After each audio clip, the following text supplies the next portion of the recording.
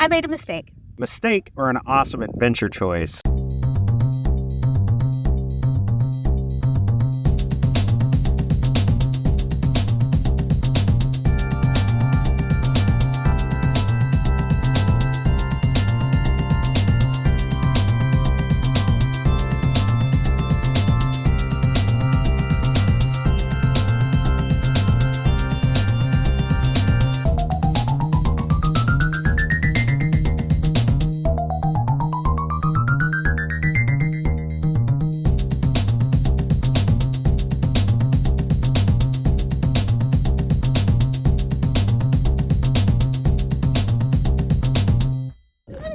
Sure. I'm glad you see it that way.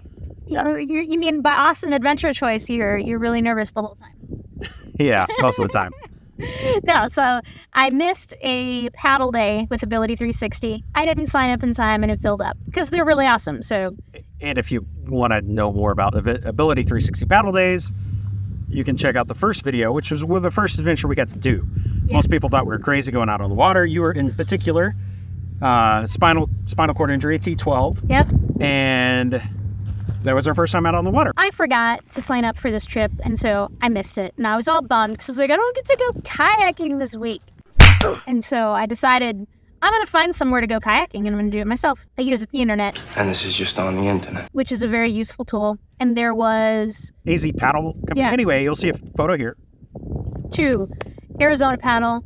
And I called them up and said, hey, I'm in a wheelchair. Is that going to be a problem? And they were like, no, people have used wheelchairs here before. So I kind of get all the details worked out. And I'm like, okay, we got to go here. We got to get on this golf cart that'll move us down to the dock part where I get on the boat, and then we can go boating. Because once I'm in the boat, that's easy. And as her husband, what I heard was, hey, I found a group to go paddle with. They've worked with paraplegics before, and I didn't know anything about a golf cart. I didn't know anything about wild donkeys. I didn't know anything about wild music. And the golf cart ride to get down to the dock is insane. And they drive it's really not fast. Just a paddle. It is a dock launch paddle, which I have not done a ton of. I've done it a couple times, and your capsizing risk goes up significantly. I booked us this thing, and Jeff doesn't really know much about it because I don't remember what you were doing, but I just kind of booked it and was like, we're doing it. And then we did it.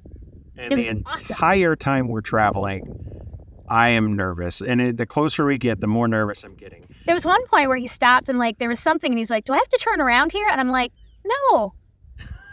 I was just nervous because this is the first time we'd done anything anywhere like this.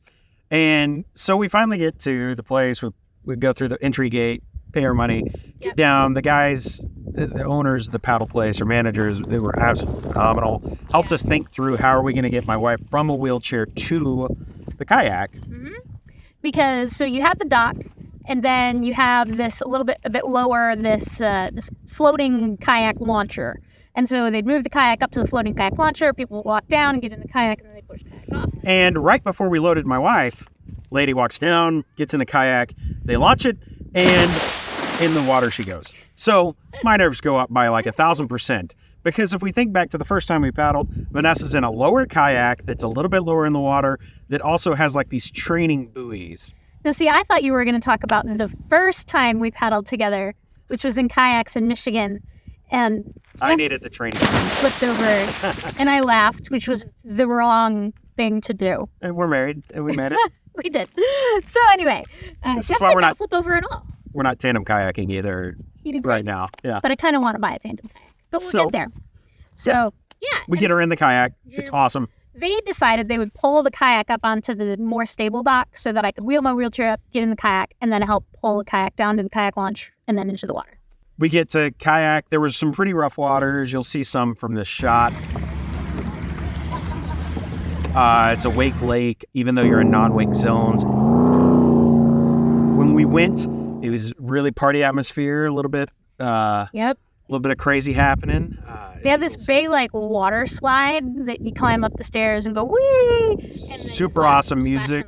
As you pull into the dock after the trip, there's this fog machine that's just filling the dock with this smoke and haze and loud music, dance party environment. So that's your scene, man. Go check it out. That's kind of cool. As we're paddling around, what did it feel like for you? So like not an Ability 360, there's not PTs, there's not OTs. It's a little less structured in a lot of ways. Oh, I loved it. I think it felt like freedom because it's like for, 7 months now, somebody's always worried about me and I can't like get out from under that. And so there was a little bit of like, Jeff is still worried about me and this is fine. Hey, we're kayaking. Without Ability 360. Yeah, I made Jeff really nervous, but that happens a lot these days. Like, it's fun. I've been on a kayak so many times.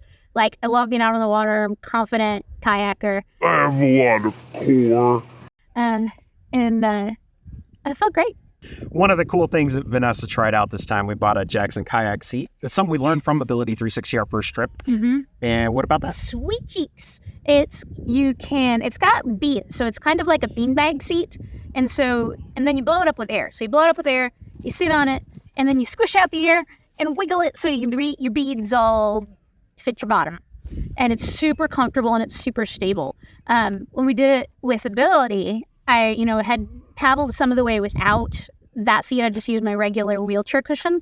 And then I tried the Sweet Cheeks one, and it was so much more stable. In my regular cushion, I was always kind of like sliding because I'm pulling yourself this way, and then I'm like sliding forward in the seat. And the Sweet Cheeks really just kept me in that same spot so I could use more of my force to propel myself with the kayak. Overall, I think that this would be a great adventure if you're paralyzed or not. I think that there's a lot of adaptability that can happen.